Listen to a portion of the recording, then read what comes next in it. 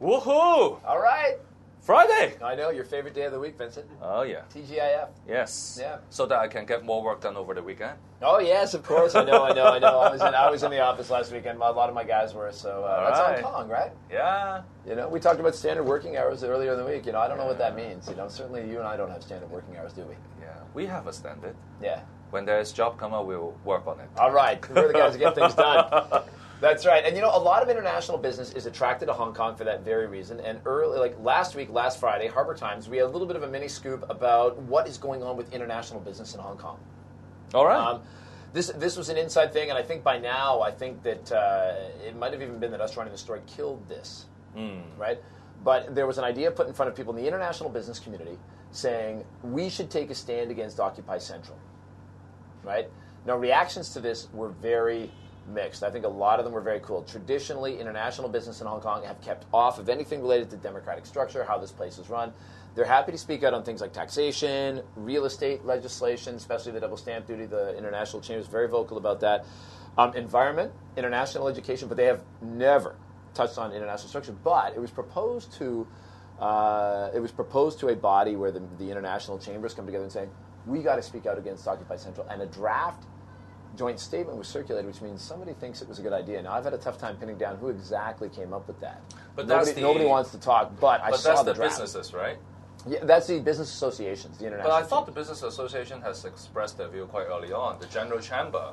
The local chambers in October yes. came down hard. Yes. Right? There was an 8-chamber joint statement, the Big Four. Right? People should know what the Big Four business chambers are in Hong Kong, right? The historical ones, and then 4 others, and then also the day later, the Law Society came out and said Occupy Central. The civil disobedience is not a real thing, you know. It's just lawlessness. But for someone to put it in front of the international business community, which have traditionally been like, whoa, ain't gonna go there. And I understand that a lot of the chambers were very cool on the idea, but somebody must have thought it was a good idea because they proposed it. And I've seen the draft. And I mean, like I said, we ran a story in last week's Harbour Time, you know, the first of our 2-part 1-year anniversary. Shameless plug. There it is. That'll be the term of the day, shameless plug.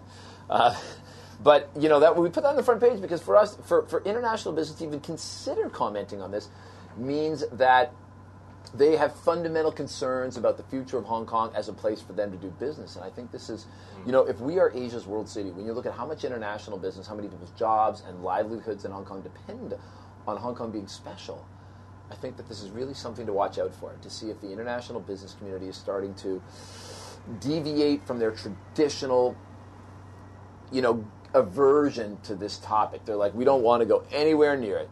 Do people have opinions? Sure. Do we express it through our international business community? No way. I used to run one of those organizations, and it was like, nah.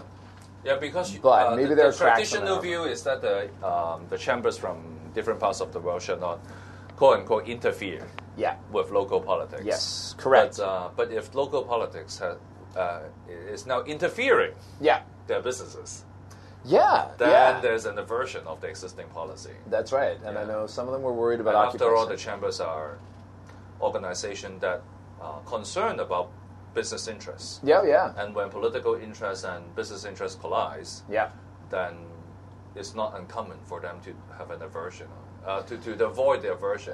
To abandon the aversion, to be exact, to abandon the aversion and show their concern.